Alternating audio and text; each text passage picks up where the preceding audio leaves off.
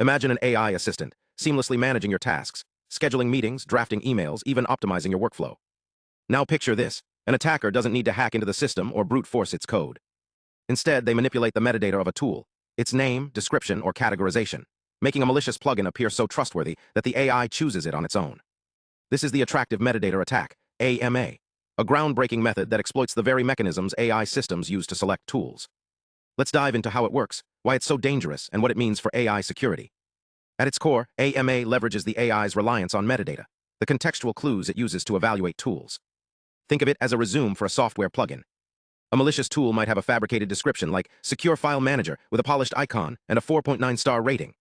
The AI, trained to prioritize tools that seem fit for a task, might pick this fake tool over a legitimate one. But how does this attack actually execute?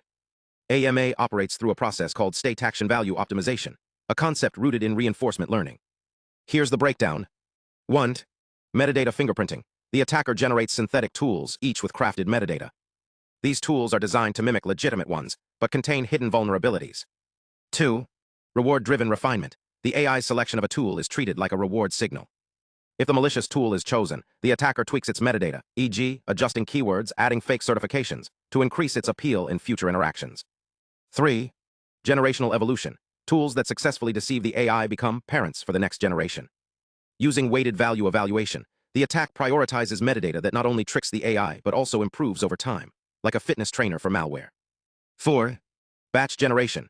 Instead of testing one tool at a time, the attacker creates hundreds of variants simultaneously. This scales the attack, increasing the likelihood of finding a tool that bypasses the AI's safeguards. The study tested AMA on 4 open-source models and GPT-4o Mini, revealing alarming results. Attack success rate, ASR, up to 94% on some models, meaning the AI selected the malicious tool nearly every time. Privacy loss, PL. Sensitive data leaks reached 95% in some scenarios, with the AI unknowingly exposing personal information, PII. Task success, TS. Despite the attack, the AI maintained 98% plus task performance, making the threat nearly invisible. But how can we defend against this? The research tested 2 primary strategies. 1. Rewrite, a defense that modifies the AI's internal representation of tools. For example, it might strip metadata or flag suspicious patterns.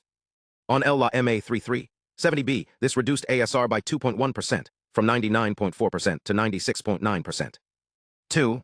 Refuge, a technique that hides the attack by altering the AI's decision-making process. While effective in some cases, e.g., a 20% ASR drop on GPT-4o Mini, it occasionally backfired, allowing attacks to rebound with combined defenses. The takeaway: AMA isn't just a theoretical risk, it's a real-world vulnerability that exploits the trust AI system's place in metadata. As models grow more powerful, their attack surfaces expand. The metrics matter. TS, task success, tells us how well the AI performs. ASR, attack success rate, reveals its security weaknesses. PR, privacy risk, and PL, privacy loss, quantify the data exposure. This isn't just about fixing bugs, it's about rethinking how AI evaluates trust. The future of safe AI depends on balancing performance with security, ensuring that the tools we rely on aren't secretly working against us. Stay tuned as we explore how researchers are developing new defenses and what this means for the next generation of AI.